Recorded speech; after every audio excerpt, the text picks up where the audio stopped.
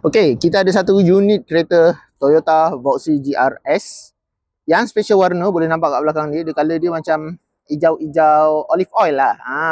Dia macam green olive. So let's go, kita tengok sama-sama. So okey, kita view dari luar saja. Ini kereta Toyota Voxy GRS.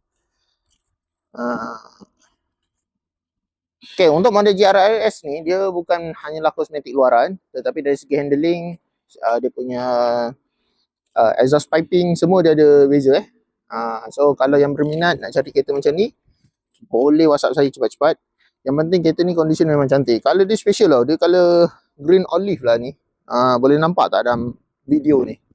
Green olive. Ni tahun 2020. Tahun 2020 GRRS. Kunci tak tahulah.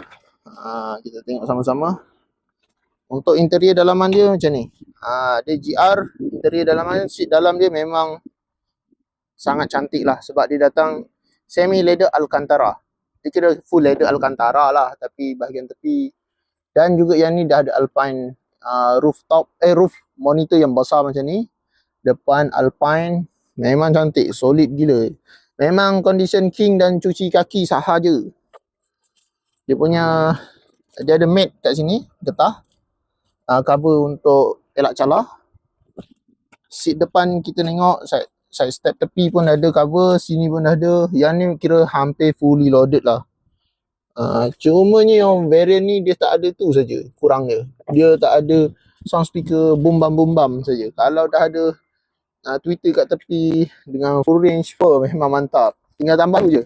Tapi overall kereta ni memang cantik cun. Berminat boleh WhatsApp saya di 0177145604. Kita nak clear stock model ni. Okey, cepat-cepat.